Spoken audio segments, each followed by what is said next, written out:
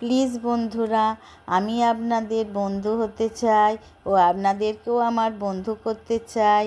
তার জন্য একটা লাইক ও আমার চ্যানেলকে একটা সাবস্ক্রাইব করে দিন, তাহলে আমি অনেক অনেক নতুন ভিডিও দেওয়ার উৎসাহ পাব। আজকে আমি আপনাদের দেখাবো কত সহজে কড়াইশুঁটির কচুরি বানানো যায়।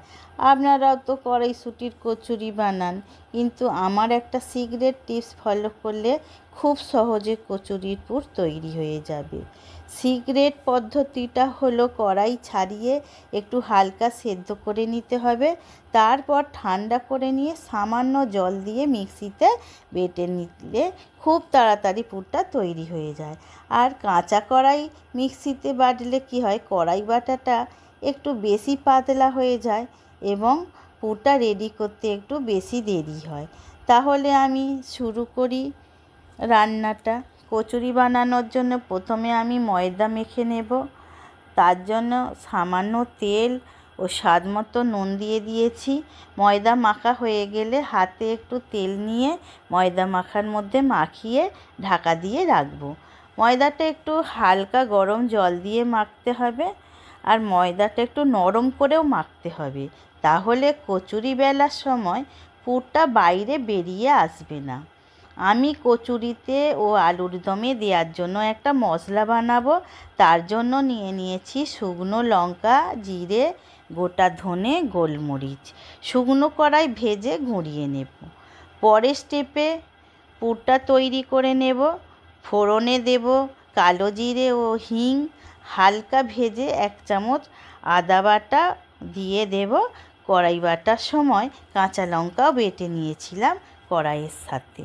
স্বাদ মতো নুনও দিয়ে দেব এবং 2 মিনিটের মতো নেড়ে চেড়ে নিলেই তৈরি হয়ে যাবে পুরটা।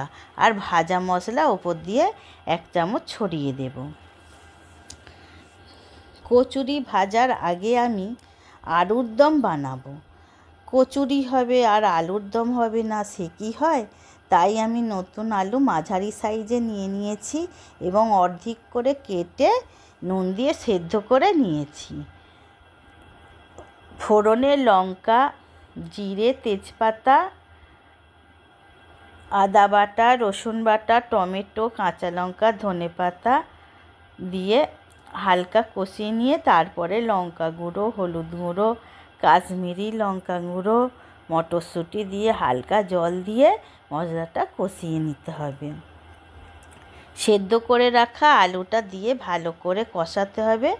তারপর অল্প জল দিয়ে একটু ফুটিয়ে নিয়ে ভাজা মশলাও 1 চামচ দিয়ে দিলেই কচুরির সাথে খাবার জন্য একদম পারফেক্ট আলুর দম রেডি।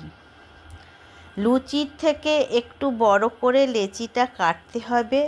পুর দুভাবেও দেয়া যায়। লুচির মতো বেলে তার মধ্যে পুর দিয়ে মুড়ে নিয়ে বেলে নিলে হয়, আবার লেচিকে পিঠের মতো ঠোল করে তার মধ্যে পুর দেয়া যায়। কচুরির পুরে সবসময় হিং দেওয়ার চেষ্টা করবে, তাহলে কচুরির টেস্ট অনেক বেড়ে যায়। লেচিতে হালকা তেল দিয়ে আলতো হাতে বেলে নিতে হবে। এবার ভেজে নেওয়া হয়ে গেল কচুরি। ঝাল ঝাল লাল লাল আলুর দমের সাথে ফুলকো ফুলকো কচুরি একবার বানিয়ে টেস্ট করে নিন, দেখবেন খুবই ভালো লাগবে। প্লিজ বন্ধুরা